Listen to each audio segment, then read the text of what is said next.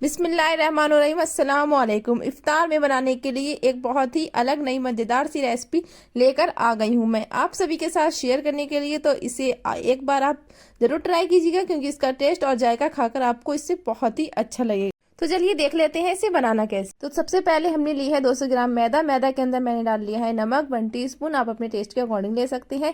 तभी हम इसके अंदर डाल देंगे 1 चम्मच भर कर के घी और इन सारी चीज़ों को अच्छे तरीके से मिक्स कर लेंगे। तो जो सारी चीज़ें हैं वो हमारे अच्छे तरीके से मिक्स होकर तैयार हो गई। तभी हम इसके अंदर डाल देंगे पानी और इसे हम नॉर्मली आटे की तरह ही गूंद करके तैयार कर लेंगे।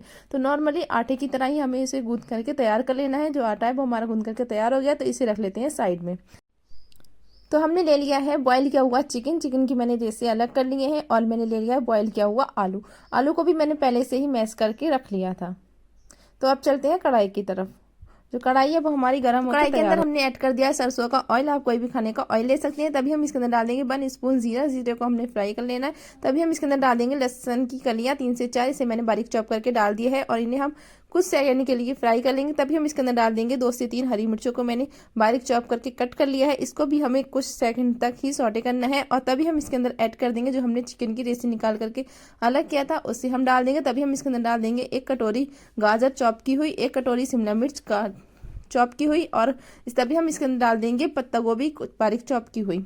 और तभी हम इन सारे मसालों को अच्छे तरीके से मिक्स कर लेंगे ताकि जो सब्जियां हैं वो हमारे चिकन के साथ अच्छे तरीके से मिक्स होकर तैयार हो जाएं। सब्जियों को हमें 2-3 मिनट तक ही फ्राई करना है अच्छे तरीके से। जो सब्जियां हैं वो हमारी बहुत ही अच्छे तरीके से मिक्स होकर तैयार हो गई हैं। और अभी हम इसके अंदर ऐड कर देंगे कुछ मसाले। तो इसके अंदर मैं डाल रही हूँ 1 स्पून कुटी हुई लाल मिर्ची पाउडर और तभी हम इसके अंदर डाल देंगे 1 स्पून गरम मसाला। नमक आप अपने टेस्ट के अकॉर्डिंग ले सकते हैं, हमने पहले। तो इन सभी मसालों को हम अच्छे तरीके से मिक्स कर लेंगे और सब्जियों को हम 3 से 4 मिनट के लिए अच्छे तरीके से पकने के लिए रख देंगे। 3 से 4 मिनट हो गए हैं। जो सब्जियां हैं वो हमारी बहुत ही अच्छे तरीके से पक करके तैयार हो गई हैं। और अब इन सब्जियों को हम कर लेंगे एक साइड। तो सब्जियों को मैंने एक साइड कर लिया है। तो मैं इसके अंदर डाल रही हूँ 2 बड़े चम्मच भर करके मैदा। मैदा को पहले हमें फ्राई कर लेना है। तभी हम इसके अंदर डाल देंगे 1 चम्मच ऑयल। आप कोई भी खाने का ऑयल ले सकते हैं। और तभी हमने ऑयल डालने के बाद मैदा को हम अच्छे तरीके से भून करके तैयार कर लेंगे। तो जो मैदा है वो हमारी बहुत ही अच्छे तरीके से भून करके तैयार हो गई है। और अब हम इसके अंदर डाल देंगे थोड़ा सा पानी। तो पानी डालने के बाद साथ ही साथ हमें इसे चलाते रहना है ताकि इसमें लम्स या गांठ वगैरह नहीं पड़े। तो जो मैदा है वो हमारी बहुत ही अच्छे तरीके से इसका डो है बन करके तैयार हो गया है। तो अब हम इन सारी सब्जियों को अच्छे तरीके से मिक्स कर लेंगे। और जब आप इस तरह से सारी सब्जियों को बना करके तैयार कर लेंगे तो हमारे जो स्मोकली कॉर्न है वो बहुत ही बढ़िया बन करके तैयार होंगे और बच्चों को भी बहुत ही ज़्यादा पसंद आएंगे। तो सारे मसालों को हमें अच्छे तरीके से मिक्स करके तैयार कर लेना है। और जो मैदा के साथ है वो हमारी सारी सब्जियां हैं वो बहुत ही अच्छे तरीके से बन करके तैयार हो गई है। और जो स्टफिंग है वो हमारी बन करके तैयार हो गई है। और अब हम इसके अंदर डाल देंगे बॉईल किया हुआ आलू, जो मैंने पहले ही बॉईल करके रख लिया था। इसे मैंने मैश भी कर लिया है। तो आलू को डालने के बाद और इन सारी सब्जियों को अच्छे तरीके से मिक्स कर लेंगे ताकि जो स्टफिंग है वो हमारी बहुत ही ज़बरदस्त बन करके तैयार होगी। तो सारी सब्जियों को जब मैं मिक्स कर रही हूँ, आप तब तक मेरे चैनल को सब्सक्राइब कर लें और वीडियो को लाइक करना ना भूलें। और आपको मेरी वीडियो कहीं की भी अच्छी लगे तो कमेंट में जरूर बताएं। स्टफिंग है वो हमारी बन करके तैयार हो गई है। तो इसे कर लेते हैं साइड में। अब हमने ले लिए एक कटोरी के अंदर 3 से 4 चम्मच कॉर्नफ्लावर और तभी हम इसके अंदर डाल देंगे पानी।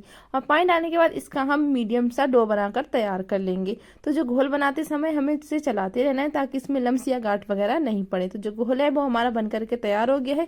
ये मैंने कुछ सिवैयां ले ली हैं तोड़ के और इन्हें हमें सिवैयों को तोड़ करके हमने एक साइड तैयार कर लिया है। और ये जो डो है वो हमारा भी बन करके तैयार हो गया है। तो जो डो है वो हमारा बहुत ही अच्छे तरीके से सेट होके तैयार हो गया है। तो हम इसे तो हम एक लेमन साइज का पोस्टर ले लेंगे और इसकी हमें बॉल्स बना करके तैयार कर लेना है। इसे हमें रोटी के बराबर ही बॉल्स बना करके तैयार करना है, ना ही ज्यादा बड़ा और ना ही ज्यादा छोटा। इसी तरह से सारे हमें बॉल्स बना करके तैयार कर लेना है। ये हमने ले लिया है बोर्ड पे मैंने डाल दिया है सूखा मैदा और तभी हम इसे रोटी की तरह हमें इसे गोल बेल करके तैयार कर लेना है। तो इसी तरह से जो हमें सारी रोटियां बना करके तैयार कर लेना है। तो ध्यान रहे रोटी हमें जो है पतली ही बना करके तैयार कर लेना है, मोटी रोटी बेल करके हमें नहीं तैयार करना है। तो जो रोटी है वो हमारी बन करके तैयार हो गई है। और अब चलते हैं पैन की तरफ और पैन भी हमारा गर्म हो गया है। अब हम इसके अंदर डाल देंगे रोटी को। और जो सीट है वो हमें स्लो ही गैस पे ही पकाना है ताकि जो हमारी सीट है वो दोनों तरफ से साइडों से अच्छे तरीके से पक करके तैयार हो जाए। इसी तरह से हम सारी सीटों को पकना कर तैयार कर लेंगे। जो सारी सीट है वो हमारी बन करके तैयार हो गई है। लगा लेंगे बीच में से कट और इसी तरह से हम सारी सीटों में कट लगाकर तैयार कर लेंगे। क्योंकि हम कोन बना रहे हैं ना, इसीलिए इसे मैं कोन का शेप दे रही हूँ। आप कोई भी मनचाहा शेप दे सकते हैं। इसे हम इस तरीके से कोन के शेप में दे देंगे क्योंकि ये बच्चों को बहुत ही ज़्यादा पसंद आते हैं और बच्चे बहुत ही ज़्यादा शौक से खाते हैं। तो हमें इस तरीके से कोन बना करके तैयार कर लेना है। और जो हमने कॉर्नफ्लावर की स्लरी बना करके तैयार की थी, स्लरी लगा दी है और ये आसानी से चिपक जाएगा और कढ़ाई में जाने के बाद भी नहीं खुलेगा। आप लोग देख सकते हैं जो कोन है वो हमारा बन करके तैयार हो गया है। तो अब हम इसके अंदर भर लेंगे स्टफिंग जो हमने बनाकर तैयार की थी। तो इसके अंदर हमने स्टफिंग भर दिया है, हाथों से ही भरे, बहुत ही अच्छी तरीके से भर कर तैयार हो जाती है। और जो स्टफिंग हमारी भर करके तैयार हो गई, इसी तरह से हम सारे कोन्स को बना करके रख लेंगे। और जो अब हमने कॉर्नफ्लावर की स्लरी बना करके की थी, तो पहले हम उसमें करेंगे डिप और तभी हम करेंगे जो हमने सिवैयों को तोड़ करके तैयार किया था वो लगा लेंगे। और इससे बहुत ही अच्छा हमारा कोन का शेप बन करके तैयार होगा। इससे आप घर में आसानी से बना सकते हैं, बहुत ही जल्दी से बना करके तैयार हो जाते हैं। तो इसी तरह से हम सारे कोन को बना करके तैयार कर लेंगे। जब आप इस तरह से इफ्तार में कोन बना के तैयार करेंगे तो आपके बच्चे बहुत ही शौक से खाएंगे। तो आप चलते हैं कढ़ाई की तरफ। कढ़ाई हमारी गर्म हो गई है बिल्कुल मीडियम आंच पे। इसे हमें कढ़ाई को मीडियम ही रखना है, तभी हम इसके अंदर डाल देंगे सारे कोन। अब हम कढ़ाई के अंदर सारे कोनों को डाल देंगे और इन्हें हम गोल्डन होने तक फ्राई कर लेंगे। तो ये जो है बहुत ही अच्छे तरीके से फ्राई होने लगे हैं और ये एक साइड से बहुत ही अच्छे तरीके से फ्राई हो गए हैं। तो अब हम इनकी कर देंगे साइड चेंज, ताकि दोनों साइडों से अच्छे तरीके से कोन है वो हमारे बहुत ही अच्छे तरीके से फ्राई होकर तैयार हो जाए, अंदर से एकदम क्रिस्पी बन करके तैयार होंगे। जब आप इन्हें घर पे बना के तैयार करेंगे तो बच्चों को बहुत ही ज़्यादा पसंद आएंगे। एक तो ये हेल्दी भी है, ऊपर से सब्जियों से बना के तैयार किए और चिकन से, इसी हमारे बच्चों को बहुत ही ज़्यादा पसंद आते हैं। इसे आप घर में बना के तैयार कर सकते हैं। जो कोन है मैंने इनकी साइडें चेंज करती हैं ताकि ये दोनों तरफ से अच्छे तरीके से ये फ्राई होके तैयार हो जाएं। तो फ्रेंड्स अब आप लोग देख सकते हैं जो कोन है वो हमारे बहुत ही अच्छे तरीके से एकदम गोल्डन सा कलर आ गया है और फ्राई होके तैयार हो गए। तो इन्हें अब हम निकाल लेंगे और इसी तरह से हम सेकंड बैच भी फ्राई कर लेंगे। तो आप लोग देख सकते हैं सारे कोन हमारे फ्राई होके तैयार हो गए हैं। इसे आप इफ्तार में बना के तैयार कर सकते हैं। इफ्तार में बनाइए, बच्चों को बहुत ही ज्यादा पसंद आते हैं। ऐसी ही वीडियो देखने के लिए चैनल को सब्सक्राइब और वीडियो को लाइक करना ना भूलें। अगर आपको इफ्तार से रिलेटिव कोई वीडियो चाहिए तो मेरे चैनल पे पहले से ही अपलोड है, आप लोग वहां से जाकर देख सकते हैं। तो मिलते हैं नेक्स्ट वीडियो में, तब तक के लिए अल्लाह हाफिज। अपना ख्याल रखें, अपनी फैमिली का ख्याल रखें, दुआओं में याद रखना। Thanks for